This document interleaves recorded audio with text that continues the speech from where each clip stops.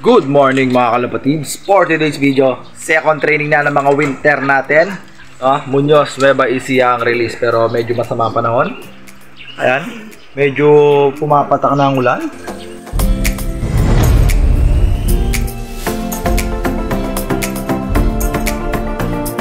Ayan, pumapatak na ang ulan mga kalapatids. Ayan, pero okay lang yan dahil maganda naman talaga ang panahon pero nandiyan naman si Haring Araw, pasikat na. Pero pumapatak yung ulan. Pero hanggat hindi lumalakas yan, all goods lang yan. Ayun na nga. So abangan serya na naman mga kalapatids. Abangan serya na naman tayo dito. By the way, may iniwan tayong dalawa dun sa 8. May iniwan tayong dalawa kasi hindi all goods ang kondisyon nila.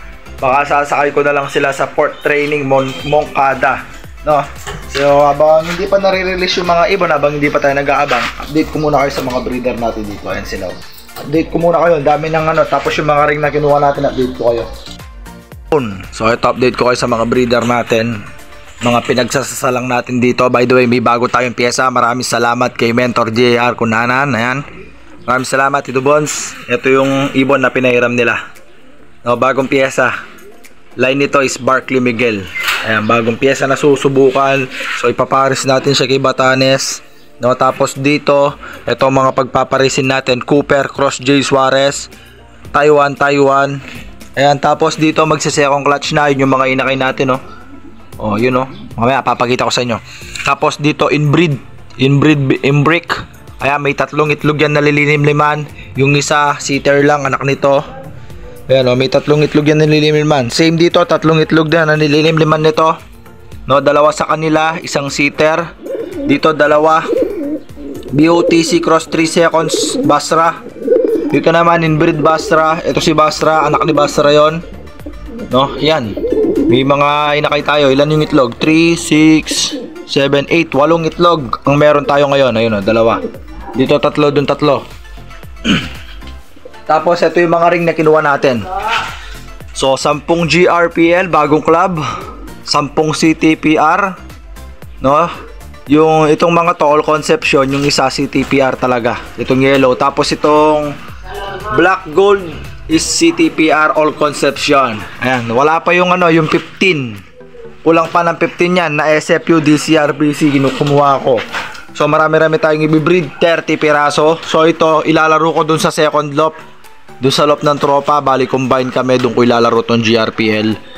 Yung 20 piraso CTPR at SFU dito malalaro sa loft ko. Ayan, kaya ito mga nire-ready ko pa itong mga breeder na to kasi sasalang ko pa to siguro mga mid-November na, mga kalahati ng November sasalang ko na to, o baka December na.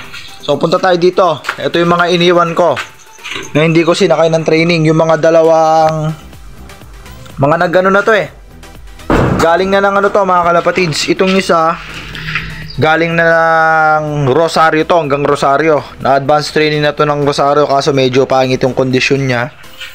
Tapos yung isa, tumapos siya ng Derby, sinahit finisher. Ayan, sa Derby 5 laps yun, isa lang ang clock niya. Tagudin lang ang clock niya. Ayan, tagudin lang ang clock niya. Ayan, tagudin lang ang clock niya, tapos lahat butas. Bigan, San Fernando lang palang clock niya. Butas siya ng Tagudin, Bigan, Burgos at Sinait. Yun, butas siya mga kalapatids. Kaya iniwan lang muna natin sila kasi hindi all goods ang kondisyon nila. So sasakay na lang natin sila sa port training. Baka port training Moncada na. Moncada. Ayan, tapos ito, ayan, mga brown. Yung mga siguro mga summer natin lalaro to. Ito pang south. Kung alin na mag-south ngayong lalaro natin yan sa south. So yun mga kalapatids, yan lang ang update dito sa loop natin. May naiwan na 5 peraso. So 6:30 ang release mamaya. So time check 6:15, mga 15 minutes pa re-release na mga ibon sa Muñoz. Yun mga kalapatids. So na-release ng 7:10 yung mga warriors natin sa Muñoz NE. Ayan, time check 7:40. So mga 7:50 baka may ibon na tayo, or 7:55 mga ganun, mga 8. Ayan, baka may ibon na tayo. So dito kitang-kita natin diba? Kaysa doon sa pwesto natin doon dati, hindi natin masyadong kita. So So dito kitang-kita natin mga kalapatids, pati sa likod kung wala lang to tsaka mga to, pero okay lang na nandito yan kasi lilim natin yan kapag mag-aabang na tayo ng first lap, second lap hanggang dulo ng karera. Ayan. So 6 lang yung kinarga natin ngayon, 6 lang ang aabangan natin, 2 black check, yung isa may white light na isa, tapos 3 checkered, 3 seconds inbreed, tsaka yung kay Matt Gab, no? Tapos yung isang blue bar na hen na RMC Cross Batanes. So tignan natin sila, saan sila manggagaling at sino mauna. Ito may mga ibon na, kanino kaya ito mga to? Oop, mukhang ibon ko ito mga to Hindi sa akin mga kalapatids, doon lang sa kabilang ano. Ito, hindi. Ay hindi, doon lang nga, tama. Kala ko bumibelta pa. So kapag ganon, kala ko ganon kaaga mukhang breakaway kapag ganon. Pero time check ulit tayo, 7:41 na. Patayin ko muna tong camera, hintayin natin sila magsigdatingan. Let's go, hintayin natin yung 6. Sino kaya mauna? Ito mga kalapatids, first bird 7:58 Taiwan na black. Sa palang ibon natin sa 6, kulang pa tayo ng 5, no? So yan, nagdaratingan na yung mga ibon natin. Ayan, base sa forecast, nasa 900 ang speed nito, no? Nasa 900 ang speed. Doon nang galing, di ko nakita. So check natin yung iba. So kulang na lang tayo ng 5 pa.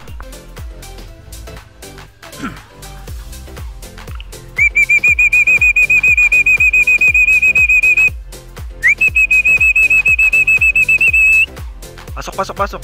Very good. Time check 8:02, 2 sabay. Yung magkapatid na BOTC inbreed. Ayun pa meron pa doon. So 3 na ibon natin sabay itong 2. So kulang na lang tayo ng 3. Yung 3 seconds sa checkered, yung kay Matt Gab, tsaka yung blue bar. No, yung blue bar na hen. So kulang na lang tayo ng 3. Gusto tong isa Ayan, kulang na lang tayo ng 3. So dito galing. 3 pa mga kalapatids. 2 checkered tsaka isang blue bar. So dito galing yan Other 2 mga kalapatids, 8:03 naman. So sabay-sabay dumarating yung mga ibon natin. So kulang na lang tayo ng isa. Yung kay Matt Gab na lang na checkered. Nandito na yung 3 seconds na hen. Nandito na rin yung blue bar na RMC na Cross Batanes. So sabay-sabay, no? 8:02 yung bagsak nung second batch. Yung third batch top 8:03. So 1 minute lang pagitan, nandito na rin itong 2. So iwan ng 4 minutes yung 4 na to kay Taiwan na nakapasok na. So wala na lang yung kay Matt Gab o yung checkered, yung gift bird. Tayo natin, palagi naman late yun Ayan isa na lang mga kalapatids, 5 na to. Yung isa nakapasok na. Yon mga kalapatids, pauwi na sana ako, iiwan ko muna sila. Ayan, nandito na pala yung isa. Ayan yung ito. Ayan So nandito siya sa likod. Ayan, so uwi muna ako, yaan ko lang muna sila dyan. Tapos balikan ko sila mamaya, papapasukin ko sila at papakainin. Ayaw nilang pumasok Yan ang problema natin kapag training. Hirap papasukan kapag training. So iwanan muna natin sila dyan. Yon mga kalapatids, so tapos na ang second training, kompleto tayo. 6 out of 6. Ayan, so ito yung brown natin na nagsinahin finisher. At yung isa naman, ayun yun ang hanggang Rosario. No, so sasakay ko na lang siguro tong 2 na to sa 4th training o 3rd training, no? Baka bukas o sa susunod na training. Ayan, Moncada or Panikitarlac, doon ko sila isasakay. Pero ngayon tapos na ang second training. Ayan, kompleto tayo, no? So abangan nyo pa yung mga susunod na abangan natin mga kalapatids hanggang dulo. Syempre, matik yan, dudulo tayo, no? Ako na nagsasabi, dudulo tayo, aabot tayo ng dulo ng karera, no? Hanggang Cagayan, naabot tayo doon. Last lap, Cagayan, naabot tayo. So hanggang dito na lang muna tong video na to. Like, comment, share, and subscribe mga kalapatids sa ating YouTube channel. Maraming salamat. Let's go for the championship.